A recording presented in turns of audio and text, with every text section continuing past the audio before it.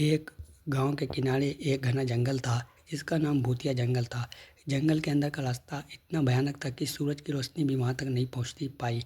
गांव के लोग घने जंगल के कहानियों से बिच्छू थे और जंगल की ओर जाने से बचते थे। कहा जाता है कि जंगल में एक बहुत पुराना और खंडार हवेली शिखर है जिसमें एक राजा की आत्मा रहती थी। राजा ने कुछ दिन पहले ही अपनी मृत्यु से कुछ ही दिन पहले आशीर्वाद के लिए उस हवेली को प्राप्त किया था, लेकिन वह वापस नहीं लौटा। उसकी आत्मा वहीं कैद हो गई। एक दिन गांव के एक ग्वालियर युवा अर्जुन आया। उसने गांववासियों से जंगल के बारे में सुना और उसने रहस्यमय के बारे में जाना। अर्जुन ने अपने कुछ ग्वालियर दोस्तों को इकट्ठा किया और उन सभी ने मिलकर जंगल में एंट्री की। जंगल में प्रवेश करते ही उन्हें भयानक आवाज़ें दिखाते हैं। पेड़ों के पत्ते सरसरे लगे और यूक्रेन हवा उनके गुब्बारों में फुसफुसाने लगी। अर्जुन और उसके दोस्तों ने बड़ी चुनौती किया और आगे बढ़ते रहे। रात होते ही वे हवेली तक पहुंच गए। हवेली से एक अजीब सी रोशनी निकली थी। उस रोशनी को देखकर उन्हें समझ में आ गया कि यहाँ कुछ अलौकिक है।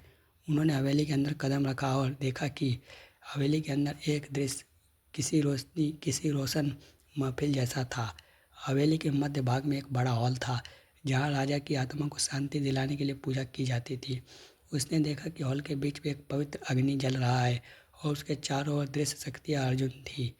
अर्जुन ने यह सब समझ लिया कि यदि राजा की आत्मा को शांति मिलती है तो उन्हें पूजा में स्वयं करना होगा।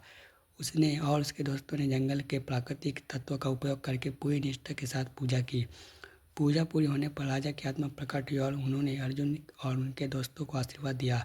राजा की आत्मा मुक्त हुई और जिसे वह आकाश की ओर ऊपर उठा। पूरे जंगल के एक अजीब सी शांति छा गई। गांव वालों ने जब यह नज़ारा देखने के लिए जंगल की ओर दौड़े तो वो लोग हैरान थे। उन्होंने देखा कि जंगल का अंधेरा संगीतमय हो गया है और स्टोकेत की सरसराहट मानो कि सुदूर की स्थिति में बदल गई। अर्जुन और उसके दोस्तों के साहस और ज्ञान के कारण जंगल अब भूतिया नहीं रहा।